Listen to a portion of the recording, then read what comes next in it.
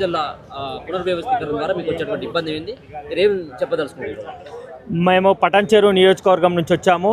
మాది రీసెంట్గా డీనిమిలిటేషన్లో మరి అమీన్పూర్ మున్సిపాలిటీ నుంచి జిహెచ్ఎంసీలో కలిసింది. మరి మా జిహెచ్ఎంసీ పరిధిలోని మరి 1,20,000 ఓటర్స్ ఉన్నారు. ఈ 1,20,000 ఓటర్స్కును 2 కార్పొరేటర్గానే మాకు మరి మొన్న రీసెంట్గా ఇవ్వడం జరిగింది. ఒకటి అమీన్పూర్, ఇంకోటి సుల్తాన్పూర్ అని 270, 271 అని 2 డివిజన్లు ఏర్పాటు చేసి మాకు ఇవ్వడం జరిగింది.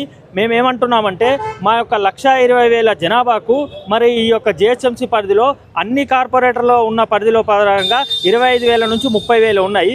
ఆ విధంగా మాకు కూడా 4 కార్పొరేటర్లు వస్తారు. మరి 2 కార్పొరేటర్లుగా విభజించడం జరిగింది. దానికి అనుకూలంగా మరి మా యొక్క జిహెచ్ఎంసీ జోనల్ ఆఫీసర్ గారి కర్ణన్ గారికి మా యొక్క విన్నపము మా యొక్క లెటర్ ద్వారా వారికి తెలియజేయడానికి కోసము 4 కార్పొరేటర్గా మా యొక్క అమీన్పూర్ ఈ యొక్క జిహెచ్ఎంసీని విభజించి 4 కార్పొరేటర్ చేయాలని మేము కోరడం జరుగుతుంది. డీలిమిటేషన్ ప్రక్రియలో అక్కడున్న జనాభా అంటే అక్కడున్న ప్రజలతో ఏమైనా సమీక్ష చేసినారా? అక్కడున్న అధికారులతో ఏమైనా చేశాము. మాకు అక్కడ బీరంగూడ ఒకటి ప్లస్ వాణినగర్ అనేది అక్కడ ఒక కార్పొరేటరు, ప్లస్ కిష్టారెడ్డిపేట అనేది ఆల్రెడీ మండల్ ఉండే అదొక కార్పొరేటరు, ప్లస్ సుల్తాన్పూర్, ఇట్లా 4 కార్పొరేటర్లు కావాల్సింది ఉంది. అక్కడ ఉన్న పరిధిలోని అవి కూడా వాటి యొక్క విస్తీర్ణంలో కావాల్సింది ఉంది. కాబట్టి ఆ ఒక పబ్లిక్ ఒపీనియను, ప్రజల ఒపీనియను అన్ని వివరాలు తీసుకొని దాంతోపాటు ఇంకా మేము మొత్తం ఇక్కడ ఒక 500 మంది దాకా అన్ని దగ్గర నుంచి సంతకాల సేకరణ చేసుకొని తీసుకొచ్చి ఇక్కడ ఇవ్వడం జరుగుతుంది. ఇంకా అన్ని సైన్లతో పాటు విత్ ఫోన్ నంబర్లతో పాటు అంతా మొత్తము మా యొక్క జిహెచ్ఎంసీ పరిధిలోని అందరి ప్రజాభిప్రాయ సేకరణ తీసుకుని రావడం జరుగుతుంది. ఇప్పుడు అధికారులు సైతం కూడా అక్కడ ఉన్నటువంటి ప్రజల అభిప్రాయం, ఇలాంటి పొలిటీషియన్స్ సంబంధించిన వాళ్ళ యొక్క స్థానికుల యొక్క అభిప్రాయం కూడా తీసుకునే ఈ విధమైనటువంటి నిర్ణయం తీసుకున్నామని వాళ్ళు చెప్తా ఉన్నారు. సో మీరు నిర్ణయం తీసుకోలేదా? వాళ్ళు తీసుకోలేదు, అధికారులు మా యొక్క నిర్ణయం తీసుకోలేదు. మేము అక్కడ ఉన్న మా కమిషనర్ గారు కూడా మేము అడగడం జరిగింది, ఏంటి మేడం మరి మాకు ఇక్కడ 2గా విభజించడం జరిగింది, ఇది ఏంటంటే సార్ మాకు కూడా మా పై ఆఫీసర్లు వచ్చారు, మా ఆఫీస్లో కూర్చొని వాళ్ళు మీ యొక్క హద్దుబందులు చెప్పండి అని హద్దుబందులు చూసుకున్నారు. ఆ హద్దుబందులతో పాటు వాళ్ళు ఒకటే రోజు వచ్చి ఒక రౌండ్ అట్లా తిరిగి హద్దుబందులు చూసుకొని వాళ్ళు వచ్చి ఇక్కడ ఈ యొక్క డిసైడ్ చేయడం జరిగింది. అందుకు మా అధికారులకు కూడా క్లారిటీ లేదు. ఇప్పుడు మీలాంటి వాళ్ళు అప్లికేషన్స్ ఇస్తే తీసుకుంటారా? ఈ రోజు రమ్మన్నారా మీలాంటి వాళ్ళు? రమ్మన్నారు అంతా. ఈ రోజు మొత్తం ఈ యొక్క ప్రజాభిప్రాయాల సేకరణ ఈ రోజు లాస్ట్ డేటు. మరి ఈ యొక్క ప్రజాభిప్రాయాల సేకరణ జిహెచ్ఎంసీ ఆఫీస్లో మీ యొక్క అభ్యంతరాలు ఉంటే తెలియజేయడం అంటని చెప్పేసి పేపర్లలో వస్తుంది, టీవీలలో వస్తుంది. మాకు కూడా మా యొక్క కమిషనర్ గారికి కూడా తెలియజేస్తే మీరు ఇవ్వండి సార్ మీ అభ్యంతరాలు తెలియజేయండి అంటని చెప్పడం జరిగింది. అందుకే మేము అక్కడ నుంచి ఈరోజు రావడం జరిగింది. అమీన్పూర్ మున్సిపాలిటీ పరిధిలో మొత్తం 1,20,000 జనాభా ఉంది. ఈ 1,20,000 ఓటర్లు ఉన్నారు, 2 లక్షల జనాభా ఉంది. దీనికి గాను ఓన్లీ ఇక్కడ కేవలం 2 డివిజన్లు మాత్రమే చేయడం జరిగింది. అది పరిపాలన చాలా ఇబ్బంది అయిపోతుంది.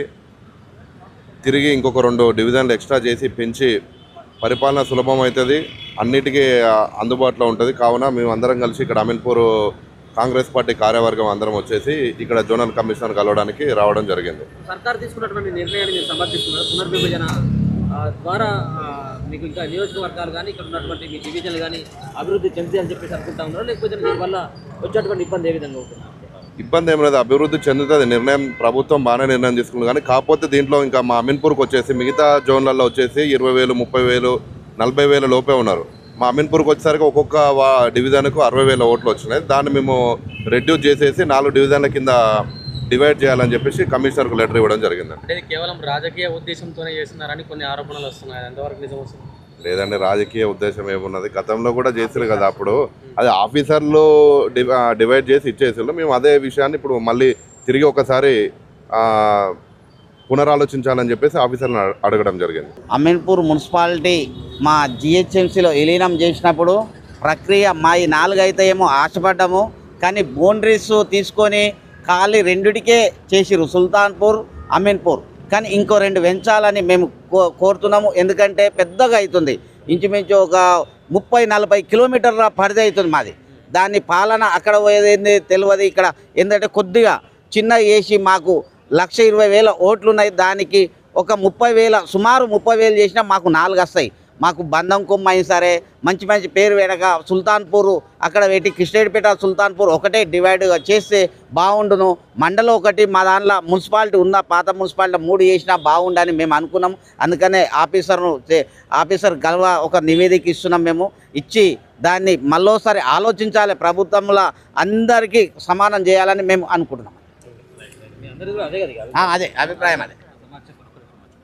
ఈరోజు మేము ఇక్కడ మున్సిపల్ జిహెచ్ఎంసీ జోనల్ ఆఫీస్కి ఎందుకు వచ్చామంటే అమీన్పూర్ మున్సిపాలిటీలో 1,00,000 ఓట్లు, అలాగే అమీన్పూర్ మండలం ఉండేది. ఆ మండలంలో కూడా ఒక 20,000 ఓట్లు ఉండే. అయితే మున్సిపల్ నుంచి ఒక 3 డివిజన్లు, మండలకు ఒక డివిజన్ చేస్తారేమో అని ఆశపడ్డాం. జిహెచ్ఎంసీ కాకుండా మండలు మున్సిపల్ కలిపి 2 డివిజన్లే చేసారు.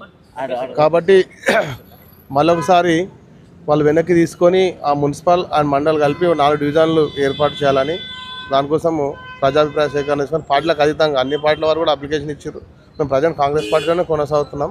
అయినప్పటికీ కూడా ప్రజాపాలన, ప్రజా సంక్షేమ పథకాలు అన్ని ప్రజలకు అందాలంటే చిన్న చిన్న డివిజన్లాగా ఉంటే పాలన కరెక్ట్గా జరుగుతున్న ఉద్దేశంతో వచ్చినాం. దీంట్లో వేరే ఉద్దేశం ఏం లేదు. రాజకీయంగా మనం ఈరోజు చిన్న డివిజన్లో అయితే ఏదైనా రాజకీయంగా లబ్ధి పొందాం అనుకోవడం తప్పు. ప్రజలకు ప్రజా సంక్షేమ పథకాలు అన్ని అందాలంటే డివిజన్లు చిన్నగా ఉంటేనే ప్రజాపాలన సులువు అవుతుంది. కాబట్టి దాని మేరకు మేము ప్రజాభిప్రాయ సేకరణ తీసుకొని కమిషనర్ జనరల్ గారికి వినతి పత్రం ఇవ్వడానికి